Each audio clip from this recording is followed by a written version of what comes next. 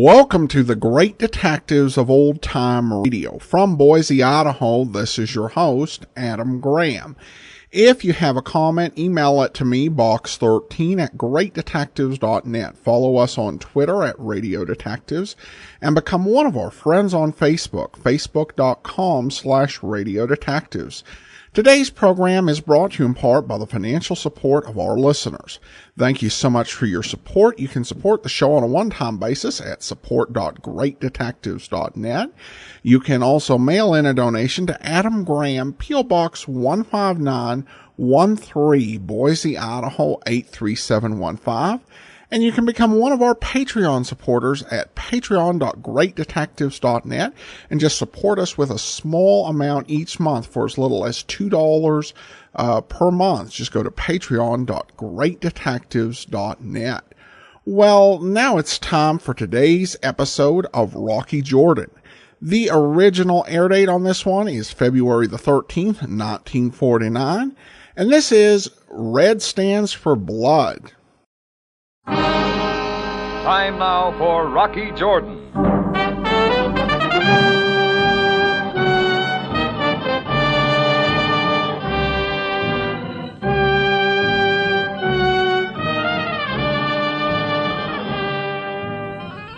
Not far from the Mosque Sultan Hassan in Cairo stands the Café Tambourine, run by Rocky Jordan. The Café Tambourine, crowded with forgotten men, alive with the babble of many languages. For this is Cairo, where modern adventure and intrigue unfold against a backdrop of antiquity. Tonight's story, Red Stands for Blood.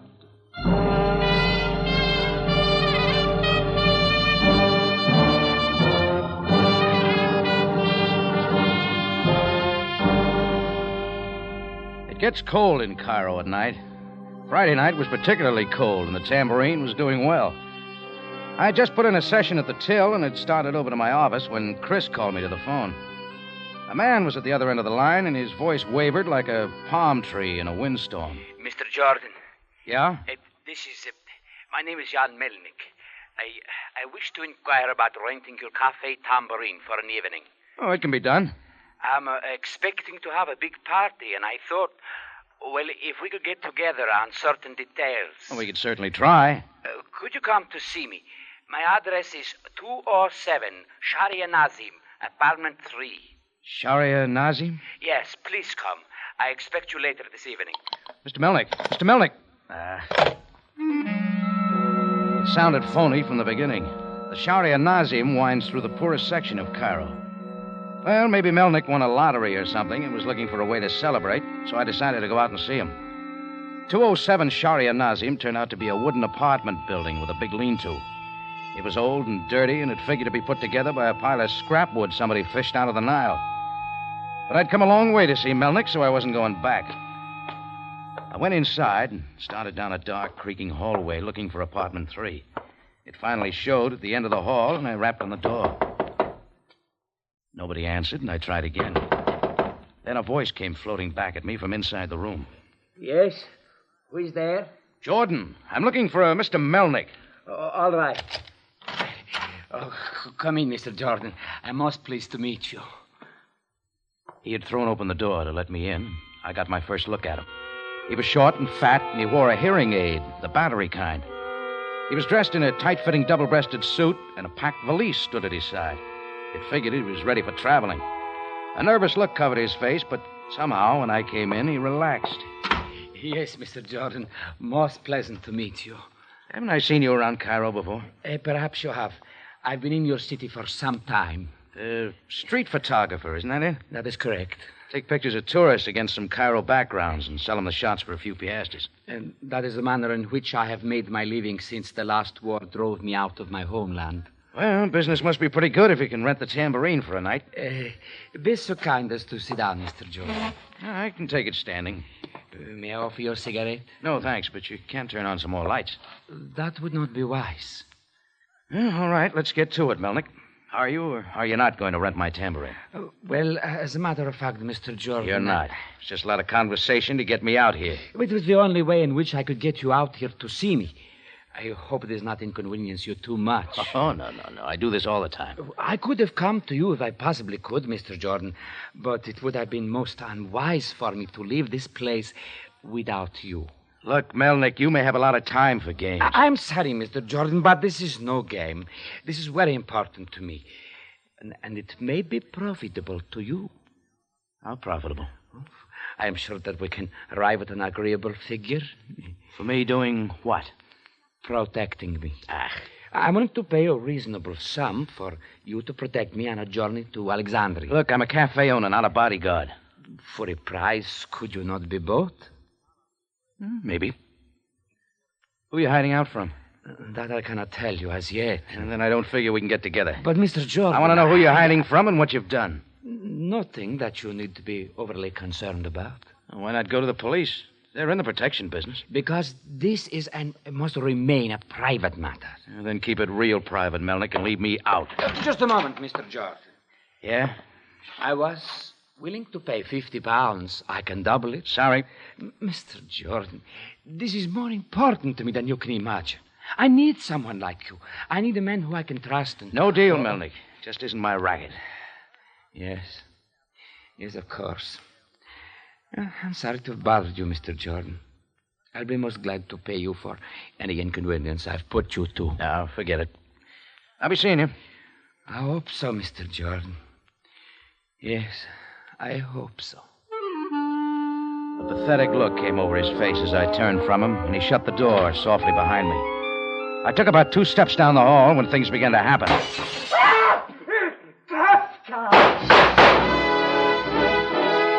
I threw open the door and looked inside. Melnick was hugging the floor, and there was a face outside the broken window. It was big, and it was red. It was topped off with a flock of red hair and a beard to match. And its owner was packing a smoking gun and an ugly look. When he saw me, his free arm came up to cover his face. I saw his gun move, and I ducked back into the hall as he tried for me with the bullets he had left. Then it was quiet. I looked inside. The face was gone. Nothing was there. Just Melnick lying in a pool of blood on the floor. Dead. I put in a quick call to Captain Sam Sabaya, the Cairo police. After 2 cigarettes and a lot of questions by the assorted lodgers of the apartment house, Sam got there with Sergeant Greco and a couple of his boys. Jordan, someday you must tell me why it is you always manage to be where there is trouble. Oh, I guess it's a gift, Sam. Yes, it must be something like that. So this is the dead man. Now, that's real observant. Show more respect to the captain of police, Mr. Jordan. That is all right, Sergeant. Let him have fun while he can. Who is the dead man, Jordan? His name is Jan Melnick. He was a street photographer. Hard of hearing, I see. This is somewhat of a novelty for me, a corpse with a hearing aid. Sergeant. Yes, Captain. You will examine the body and the room. Jordan and I will be in the hall. Yes, of course, Captain. Jordan, come outside. We have some things to talk about. Well, go ahead, Sam. You're in charge. What were you doing out here, Jordan? Drumming up some business. Jordan, I must ask you to But that's cooperate. it, Sam. He called me up and said he wanted to rent the tambourine for a night. When I got out here, I found out that he was a fake. He really wanted me to take a trip with him to Alexandria. What for? Bodyguard. Who was after him, Jordan? He didn't say. Are you sure he didn't say? Oh, ease off, Sam. You're getting a lot of information. I think I can give you the killer's name. Well, this is, as you would say, a switch. Yeah. Well, Melnick called out Kafka just before he was killed. Kafka. You can supply a description of the man? All I saw was his face. Looked like a stop signal. Red hair, red beard. And you can identify him if you see him again? Yep. Very well, Jordan. I will look through our files, and if I find a picture of a man who fits your description, you will get the opportunity to identify him. All right, you do that. And let us hope for your sake that there is such a man. And I'll be home sleeping. Oh, just one moment, Jordan. What's it now? Since you are my only witness, let us hope you manage to stay alive. Sure, Sam. I'll work on it real hard. I made it a point to keep my promise and went home to bed over the tambourine. I slept sound, but not for long. The light in my eyes that woke me wasn't coming from the window. It was still dark outside. It was the ceiling light. I wondered how I'd failed to turn it off. About then, I decided I was dreaming. And not a bad dream. She stood at the foot of my bed looking at me with dark brown eyes. Her black hair was drawn slickly back from her slim face. Her lips were firm but full. I approved of the rest of her, too, all but the black automatic she held in her hand. I won't trouble you but a moment, Mr. Jordan. Manners, lady. We haven't been introduced. Here's your robe. Get up. Not that it matters, but just how did you get in here? That's beside the point. Look, I always wake up in a bad humor. Just what do you want? A photographic negative. You unlocked the wrong door, lady. Doesn't this gun convince you that I'm serious? Now get it for me, and quickly. Supposing I have it, where did I get it? From Jan Melnick, of course. Melnick? I see. I'm quite sure he gave it to you. I didn't kill Melnick. I'm quite aware of that. Suppose you try waking up a man with a red beard named Kafka. I'm interested only in you, Mr. Jordan. Are my eyes lighting up? I believe you understand me. Why would Melnick give me a negative? What's this all about? I didn't come here to answer questions. Mr. Jordan, I'm becoming very impatient. For the last time... I haven't got it. I think you're lying. I'll come back in the morning. We'll have a cozy chat. Mr. Jordan, what are you doing? Opening the door. So long, lady. Not yet, Mr. Jordan. Ooh. Her pistol handle had come down over my right ear. My eyes looked at each other, and I went back to sleep for quite a while. But no more dreams. Only a loud ringing in my ears that got louder and louder. I reached out to shut off the alarm clock, and all I found was the edge of the rug. I was still on the floor. The ringing continued. I finally got up and stumbled over to the table. It was all I could do to lift the receiver from the hook. Yeah? Did I wake you up, Mr. Jordan? Who is this? My name is Kafka. Oh, I thought so. Sabaya is slowing down. I figured he'd have you by now. In the morning newspaper, I have been reading the things you have been saying about me. Well, if they're good, they're lies. They say I have killed a man named Melnick. They got it right. They say also that a man named Rocky Jordan saw me. That is most unfortunate for this man. Yeah, you telling me. Means he loses a lot of sleep while a redhead yaks at him on the phone. It means that such a man who tells such tales makes life uncomfortable for Kafka. So, what's he going to do about it? Kafka suggests that if suddenly this man Jordan's memory fails and he can no longer identify the man who killed Melnick, then this man Jordan may find himself somewhat richer. That doesn't appeal. I'm getting tired of money. I will give you a moment to reconsider. It's a waste of time. You also took a couple of shots at me, Kafka. That doesn't make us friendly. Jordan? Then I don't like getting pushed around because somebody's looking for some sort of negative I'm supposed to have. Or, you know what I'm talking about. Might I suggest, Mr. Jordan, that you do not go back to sleep? I am thinking that you have such a short time to live. You should enjoy yourself. Yeah. The whole thing was beginning to irritate. I threw on some clothes and headed down to police headquarters to do a little screaming at Sabaya. It was a little after 7 when I got there. As Sabaya rocked back and forth in his squeaky chair, he looked tired. You'd figured he'd spent the night there. Sergeant Greco stood by his side. Well, Captain, look who has come to visit us. This isn't a visit, Greco. It's business. Yeah, we have some with you too, Jordan. Looks like you two boys have been hatching up something. Jordan, Sergeant Greco and I have spent the night looking through our files to find a picture of the man you say killed Jan Melnick. Yes, Mr. Jordan. Just a moment, And, Sergeant. Jordan, this is the picture we found that fits the description you gave us. Look at this. Sure. Is this the man? Yeah, that's the one. Red face, red beard, and hair. You are sure, Jordan? We do not want you to make a mistake. Oh, I'm sure all right, Sam. Nobody else would come that ugly. There you are, Captain. I told you, Just Mr. a Jordan... moment, Sergeant. Jordan, you do not wish to change your decision that this is a photograph of the man who killed Melnick? What are you getting at? What is it you're trying to do, Jordan? But Sam... Why are you lying to us? Hey, what's going on? This is a photograph of a man who has been dead for 2 years. Jordan, I think perhaps that we had better keep you here until you decide to tell the truth.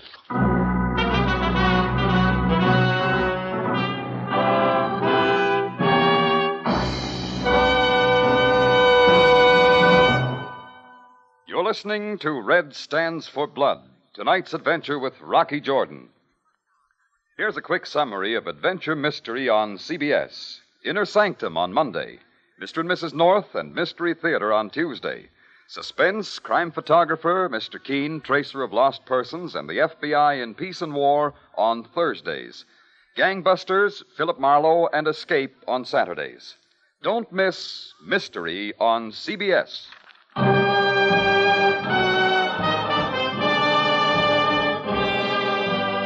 And now we return you to Cairo and tonight's adventure with Rocky Jordan. Red stands for blood.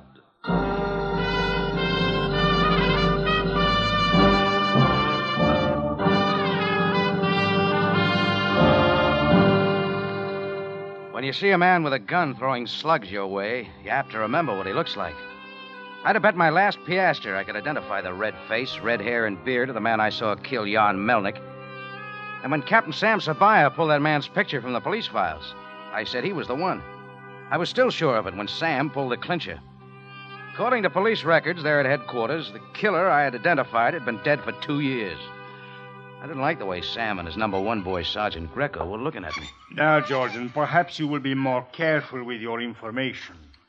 Who killed Jan Melnick? That's his picture, Sam. Mr. Jordan, Captain Sabaya just told you that man has been dead. Yeah, I heard him, Greco.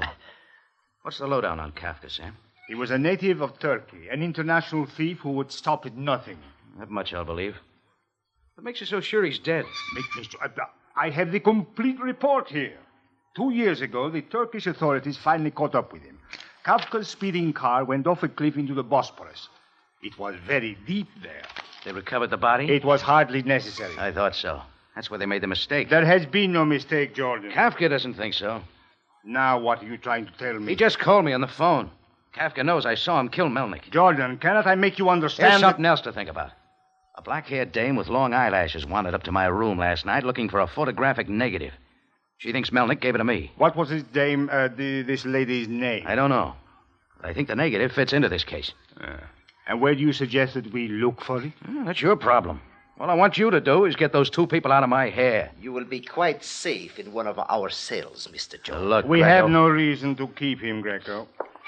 So now, Jordan, if that is all you wish to say... Well, what about Kafka, Sam? Let me repeat. This report on him is quite clear. I am inclined to believe it. Okay, if you don't find him, I will. I don't want him on my tail.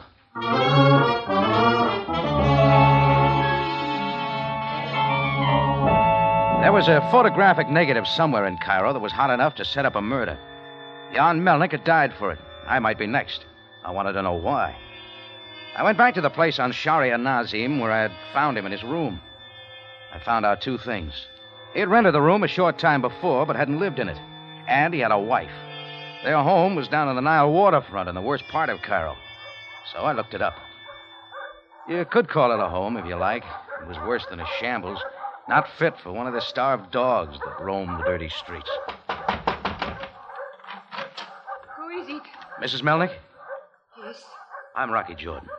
Oh, you are the man who saw my husband killed. That's right. I'm sorry, but there are a few things I'd like to ask you, Mrs. Melnick. Well, won't you come in, Mr. Jordan? Please be seated. Thank you. I wish I could serve you something, Mr. Jordan, but you that see, isn't necessary. Mrs. Melnick. You know Jan well. Not before he called me yesterday. I had seen him on the streets. On the streets, yes. Mr. Jordan, it was not always as you see here. We had a good home in Prague. I'm sure you did. Jan was a good husband, but we lost everything. After we came to Cairo, it was hard for him. Always he dreamed of taking me away from this. Mrs. Melnick, have you any idea why someone would want to kill your husband? No. Only that he said he must make a trip. He said that when he came back, there would be enough money for our old age, and there would be no more worries. And now he... You suppose he took the room on Sharia Nazim to hide out from something? It is possible. I do not know. Miss Melnick, your husband worked for a photographic company, didn't he? Yes. Tourist Pictures Incorporated, he told me. He ever tell you about a certain negative he wanted to protect? Negative? No. What about a good-looking brunette girl with sleek hair and long eyelashes? I know of no such person. Did he ever mention a criminal named Kafka? A criminal? No, Mr. Jordan. Jan was a good man. He worked hard. Sure, I know. Being hard of hearing must have made it difficult, too. What do you mean, Mr. Jordan? My husband was not deaf, not at all. I see. Now, Mrs. Melnick, there are a few of your husband's effects down at police headquarters. I wonder if you'd like to get them. Oh, yes, I do want them. Then suppose we go down now. I'll take them. You're most kind, Mr. Jordan. Will you wait a moment while I get ready? Surely, I'll be right outside.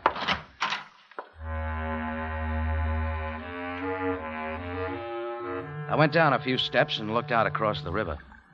I'll never know why, but in a split second I glanced back to see the flash of a knife. It clipped my ear and sailed out into the Nile. When I saw where it came from, I saw red. All red. Face, hair, and beard. And Kafka came from my throat. I was braced for him, and we rolled together across a narrow landing and into the river. I was underneath, and he held me there in the shallow water. My hand found his beard, and I dragged him down with me. He couldn't take it too long. His fingers loosened, and we were up. I hung onto his beard and flailed away at his ugly face. Then he slipped loose, and his boot heel sunk in below my stomach. When I came up, Kafka was halfway up the bank and running. Mr. Jordan! Get a good look at that guy, Mrs. Melnick. He's the guy who killed your husband. I saw him. He was trying to kill you. Yeah. All right, now, let's keep our date at headquarters.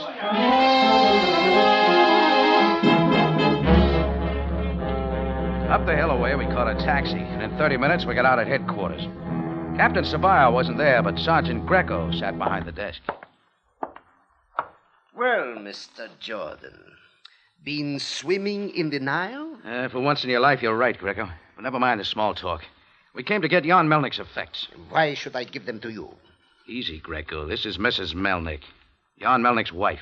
Oh, I am at your service, madam. Sergeant Greco, my husband had only a few things, but can I have them now? Your identification, Mrs. Melnick. Look, Greco, I'll identify her. Like you identified Kafka's picture, Mr. Jordan? Will this letter do, Sergeant Greco? Let me see it. Very well. Now, will you sign here, please? Okay, now get it, Greco. Cut the stall. One moment.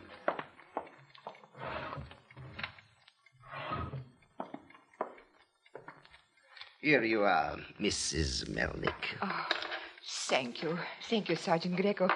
Thank you. But wait, this... Come on, Mrs. Melnick. Let's get out of here. She put her husband's effects in a little bag she was carrying, and I hurried her out. None of the stuff looked worth bothering about, but I didn't want Greco sniffing around. I took her down the street a ways, and then we stopped. Mrs. Melnick, do you mind if I see those things now? If you wish, Mr. Jordan. These did belong to your husband, didn't they? Oh, yes, the watch, but this is not his. What is it? It's a hearing aid.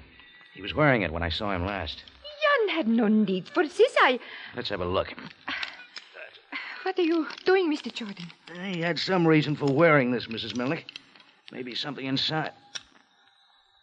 Yeah. What is it? It's a negative. But it is so tiny. It's microfilm. Too small to make out anything. Will you take it to the police? Let Greco get it. I'll find out what this is all about. Miss Melnick, suppose you go to my Cafe Tambourine. If you wish, Mr. Jordan. But why? Just wait for me there. When I see you again, I figure I'll be able to explain everything.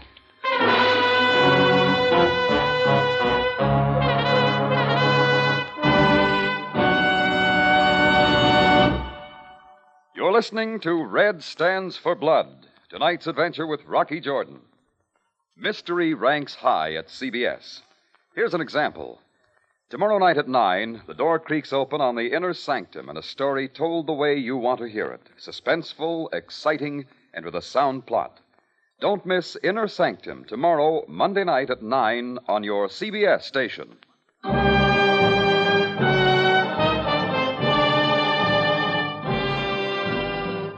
now we take you back to Cairo and tonight's adventure with Rocky Jordan. Red stands for blood.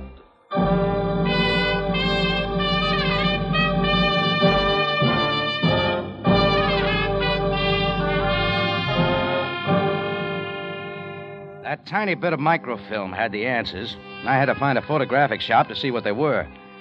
And why not the place where Jan Melnick had worked? Tourist Pictures Incorporated. I located the place on a side street off Solomon Pasha Square. As I went in, I saw a face start from behind the curtains and back. A slim face with dark eyes, framed by sleek black hair. She was just as pretty and just as scared as the night before. I got back there on the double. No gun this time, lady? I don't have it now, Mr. Jordan. I didn't get your name. I'm Marta Helwig. Now, let's have some more answers. Why are you here? Returning the visit, maybe? You left in a hurry last night. Oh, Rocky, I'm sorry. I didn't want to hurt you, but I had to. Sure, they always have to. Believe me, Rocky. I didn't shoot. I could have. Oh, forget it. My head's clear enough now. You were looking for a photographic negative, Marta. Yes, I must find it. Why? If I don't, I'll be killed. By a redhead named Kafka? Yes. Yes, Rocky. If you know anything about Take a it. look. This the one? Why, perhaps. I don't know. Where'd you get it? From where Melnick hid it? Oh, Rocky, please let me have it. I'll do anything, Rocky. Anything. No deals till I see what's on it. You got a projector here? Yes, over here. All right, turn it on. All right, Rocky, but we've got to hurry. Wait a little bit of focus. Rocky, that's the one. Taken in front of the Grand Theater. Who's the Egyptian? I don't know, but you see who's in back. Sure, no surprise at all. It's Kafka. Yeah, but he looks a little surprised. You understand now, Rocky. Yeah, everything. Jan Melnick just happened to snap this picture, and Kafka was in it by accident, along with the date of the next picture showing at the theater. So he's located in Cairo, date and all. That's right. When Melnick developed the negative, he must have recognized that ugly face. So he put it on microfilm and planned to get it to Turkey, where there was a price on Kafka's head. Only Kafka found out. Where do you fit? Well, Kafka came to me offering me a price if I would get the negative and return it. Seemed the easy way for him. That bump in my head didn't pay off, Marta. But, Rocky, that wasn't all. He said if I didn't get it for him, that I needn't plan my breakfast for this morning. You see now why I was desperate. Did he show up? No, not yet. But now we can give it to him. No, nothing doing. Get your coat, Marta. Oh, please, Rocky. Get it. We're going to Sam Sabaya to prove that Kafka's alive. All right, Rocky. I'll be right back. I'll just take this film. Just leave it there, George. Huh? Leave it in the projector. I will get it. Kafka. Yes, now get back. I use a pistol better than a knife. You showed up a little too late. In time to get what I want? Mission accomplished, huh? No, not yet. I warned you to lay off, Jordan. You know too much. Now what do I get? This, Jordan. I braced for the slug, but it didn't come. Kafka just looked at me. His gun dropped from his hand, and he went limp, like the hump on a starving camel. Marta stood in the doorway, the color gone from her dark eyes. Well, I see you found your gun again. Yes, I found it. Who was it for? Kafka or me? Does it make any difference now? No. Now, you're in the clear now, baby. You can relax. Suddenly, she did, but I got to her before she slid to the floor. From then on, things were more pleasant. When she was steady again, we paid Sam Sabaya a visit. He was real pleased. But Greco wasn't, because he got the job of taking care of Kafka. I made a date with Marta to meet her later, and then Sam and I went to the Tambourine, where Mrs. Melnick was waiting. So that is what Jan was trying to do. But why? Mrs. Melnick, your husband had only the highest motives in his effort to get Kafka's photograph to the Turkish authorities. He knew he was asking for trouble. He figured the risk was worth it. For your sake, Mrs. Melnick. Unfortunately, he was dealing with a desperate criminal. The whole affair is most regrettable. However, there is one consolation. Yes? The Turkish government had a price of £1,000 on Kafka's head. I am sure Jordan will agree that the money goes to you. Of course, Sam. Kafka would never have been found if it hadn't been for Jan Melnick. Yes, that is true. I only wish he'd realized that my own comfort was not so important to me as our life together. But Jan thought only of me. He was a good man.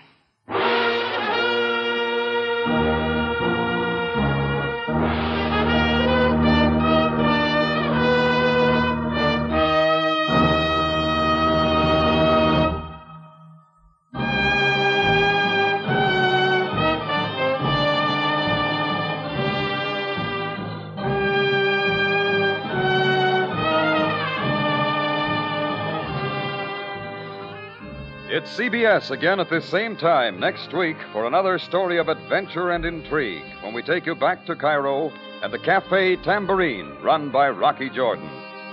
Jack Moyles plays the title role, with story by Gomer Cool and Larry Roman. Rocky Jordan is produced and directed by Cliff Howell, with original music by Richard Arant.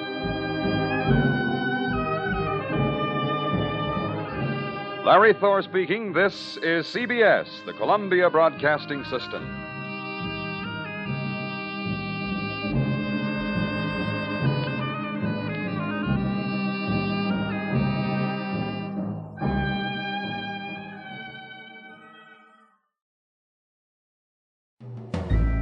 This is Andrea J. Graham, author of the Web Surfer series. Oh, and a Madam's Wife. You're listening to The Great Detectives of Old Time Radio.